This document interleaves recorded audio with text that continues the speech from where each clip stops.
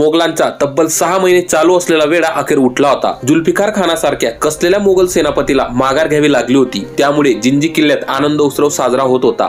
त्यातच आता सेनापती संताजी घोरपडे गडावर दाखल झाले होते। त्यांनी केलेल्या पराक्रमामुळे त्यांचेही दणक्यात स्वागत झाले होते, पण स्वतः सेनापती संताजी घोरपडे मात्र नाराज होते, कारण चांगल्या कचाट्यात सापडलेल्या जुल्फिकार खानाचा समूळ नाश करून त्याला संपवायचे सोडून त्याला अन्नधान्याची मदत करून जाऊ दिले हे त्यांना पटले नव्हते। त्यांनी प्रथम प्रल्हाद निराजीस हे गोष्ट बोलून दाखवली, तेव्हा प्रल्हाद निराजी त्यांना म्हटले की आपले म्हणणे योग्य आहे। इथल्या काही मंडळींनी असेच मत मांडले होते। मग यावर सर्वांनी पुढील परिस्थितीचा विचार करून खल केला आणि असा निर्णय घेतला। त्यात जुल्फिकार खानाने पाठवलेल्या पहिल्या याचनेवर महाराजांनी तुमच्या येण्याची वाट पाहिली, पण पुढील 6 दिवसातच परिस्थिती बदलली आणि खानाने परत याचना केली। मात्र संताजी घोरपडे या वाक्याने आणखी संतापले। ते नाराजीच्या सुरात म्हटले, आमच्याशी एक वार तरी बोलायला पाहिजे होते महाराजांनी। आमचे मतही आम्ही सेनापती या पदाने मांडले असते। एवढा मोठा निर्णय घेतला तरी सेनापतीला विचारले गेले नाही याची खंत त्यांच्या मनात होती, कारण कैचीत सापडलेला जुल्फिकार खान हातातून निसटला होता। त्यांनी या विषयात खंडो बल्लाळ, केशवपंत आदी मंडळीशी बोलण्याचा प्रयत्न केला।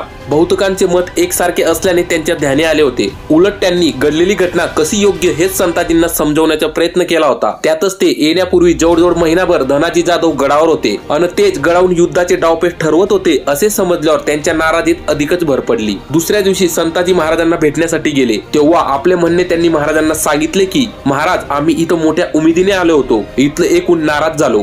पंतांनी, चिटणीसांनी बरंच काही सांगितलं। आपल्याशी बोलून परत जावं म्हणत होतो, पण आता तो कासिम खान इकडे यायला लागलाय, त्याला आधीच गाठायला हवं, त्यामुळे आम्हाला तिकडे जायला पाहिजे। राजाराम महाराजांनी संताजींना थाड्याला थांबा म्हणून सांगितले, मात्र संताजी उठून मुजरा करत म्हणाले, नाही महाराज, ते परत कवा तरी करू, आता उगच वेळ दळवण्यात अर्थ नाही, आज्ञा द्या, येतो आम्ही। एवढे बोलून संताजी मनात नाराजी घेऊन निघून गेलेत।